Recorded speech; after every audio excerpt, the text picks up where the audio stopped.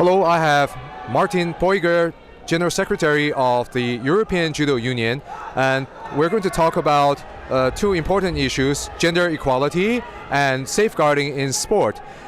Martin, what can you tell us about the new initiatives we have? We started in 2023 with the so-called Human Rights Commission, so we felt the need to have one commission dealing with more topics on the level of society, besides our normal or regular sport matters. And we defined three areas: inclusion, gender equality and safeguarding. And for gender equality and safeguarding, we created now so-called courses. We have our EGU education learning platform, and we collected a lot of material, and we want to help our national federations to develop in these areas, which are very important. We are a contact sport. Respect is one of our biggest values, so equal chances are really important. So we created these two courses with a lot of materials from IOC, from IGF, from also several federations who are already well developed in these areas. So every federation can use this knowledge platform to start and to get better, because we need to get better in these areas. We need to make sure chances are equal, and we need to make sure that the judo environment is safe. Well, that's a great initiative to take, and I would like to ask, particularly about the gender equality, what are the goals in particular, like increasing participation of girls and women in the sport? What are some of the steps that you think the federations can take to help that? I think many people are a little bit bothered by the topic, and even sometimes men feel discriminated. But as a matter of fact, the chances are not equal. And nobody is saying men and women should be equal. What we are saying is the chances should be equal, and it should be very clear that for a young girl, for a young lady, that she can become a head coach, can become a president of a federation.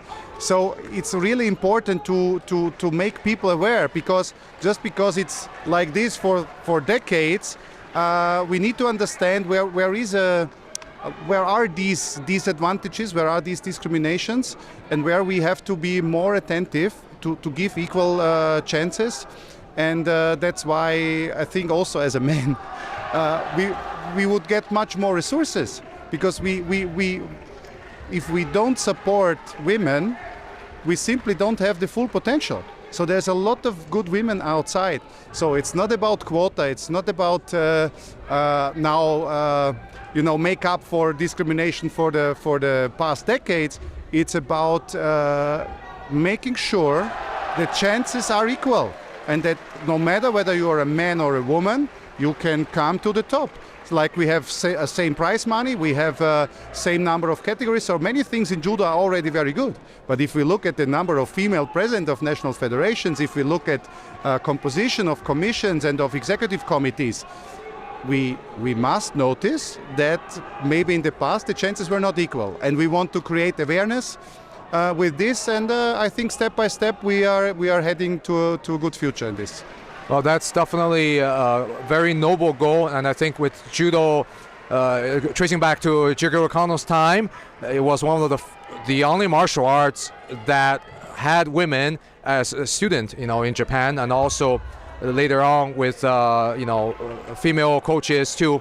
And talk about female coaches, now we're in modern time. What are some of the goals, like you were already saying earlier, to have more women, especially after their competitive career? What are some of the things you think can be done to improve, to incentivize them to become coaches and remain in the sport? Because we need to see more women coaches too. No, first of all, I think we need role models like Yvonne Snierböni. She's head coach for men and women in Austria, so that people see it is possible. But then we also need to speak about very practical things, for example, child care. So Clarissa Gbekdenu is bringing her baby. So we need to be more aware, this is not a burden. It's important to also allow on the practical level that women can do the job. So in these courses, in these materials, there's a lot of examples, a lot of little steps, and I think we need to start. Every journey starts with the first step, and I think there's a lot of good examples in these documents. Well, that's a great answer, because I think also behind the scene, especially our staff, in the EJU also we have a lot of women working, and the example you gave, like childcare, those are concrete things that a lot of women after competition they have to deal with because they start a family, and I think that's a very realistic detail that cannot be overlooked.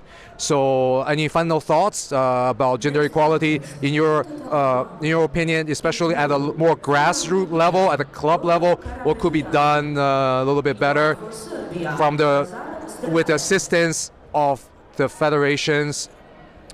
No, I think we have 51 member federations, and the development of this topic is different. There's a lot of cultural differences.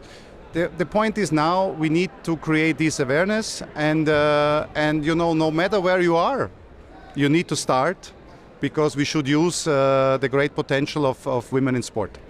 Well, thank you so much for your candid answers on this topic.